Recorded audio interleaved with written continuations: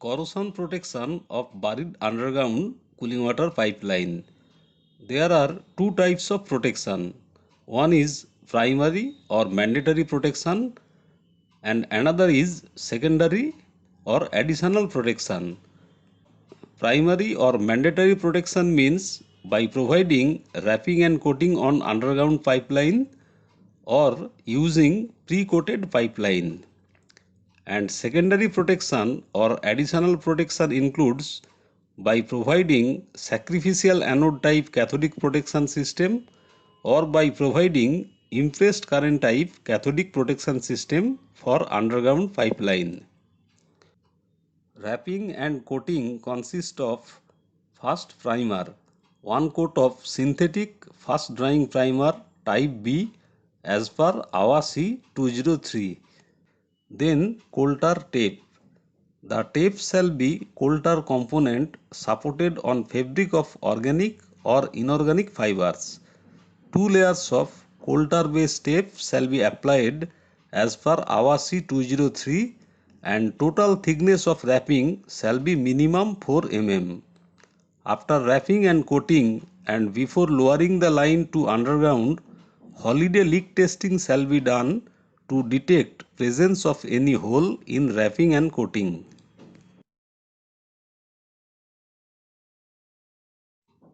Polyethylene coated pre-coated pipes are readily available having both end bare about 100 mm. Pre-coated pipes are made using epoxy coating, then adhesive and then polyethylene coating.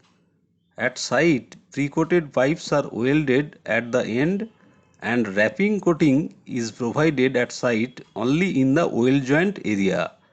Pre-coated butt weld end fittings like elbows, tees are also available. Otherwise, wrapping and coating to be applied on butt weld end fittings after welding with the pipe. This is picture of one pre-coated pipe and this is another picture of pre-coated pipe. Now we will see how underground line is protected using cathodic protection system. The corrosion rate of underground pipe is high in low resistance soil or seawater and corrosion rate is low in high resistance soil such as dry sand. For this reason, during backfilling, sand is used. Corrosion of underground line depends on pipe to soil resistance. Underground line is already protected with wrapping and coating, which increases pipe to soil resistance. But if any leakage or pinhole is there in wrapping and coating of underground line, then underground line becomes anodic with respect to surrounding soil and water and a natural electrochemical galvanic cell is developed in between underground line and surrounding soil where current flows from soil to underground line and electron flows from underground line to soil resulting in oxidation and corrosion of underground line. Now if we can make the underground line as cathode, then underground line will not be corroded. So we need to connect the underground line with a metal which is more negative in the galvanic series compared to underground pipe material. Magnesium, zinc and aluminium are more negative in galvanic series compared to iron. So when we connect magnesium, zinc or aluminium with underground line becomes cathode and magnesium, zinc or aluminium becomes anode. Current flows from underground line to anode and electron flows from anode to underground line. Thus, underground line does not corrode and anode material is consumed gradually. Since anode sacrifice to protect the underground line, it is called sacrificial anode type cathodic protection system.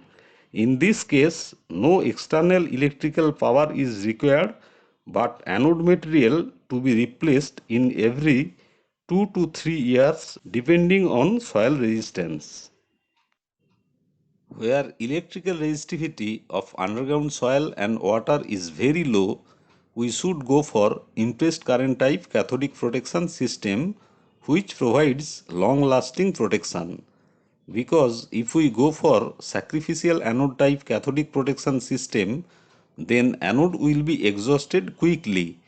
In impressed current method, external battery or DC power supply is required and negative terminal of the battery is connected to the underground line and positive terminal is connected to anode material like graphite or silicon iron.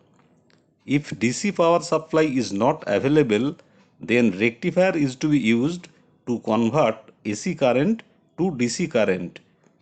For a battery, flow of current is from negative terminal to positive terminal and flow of electron is from positive terminal to negative terminal of the battery.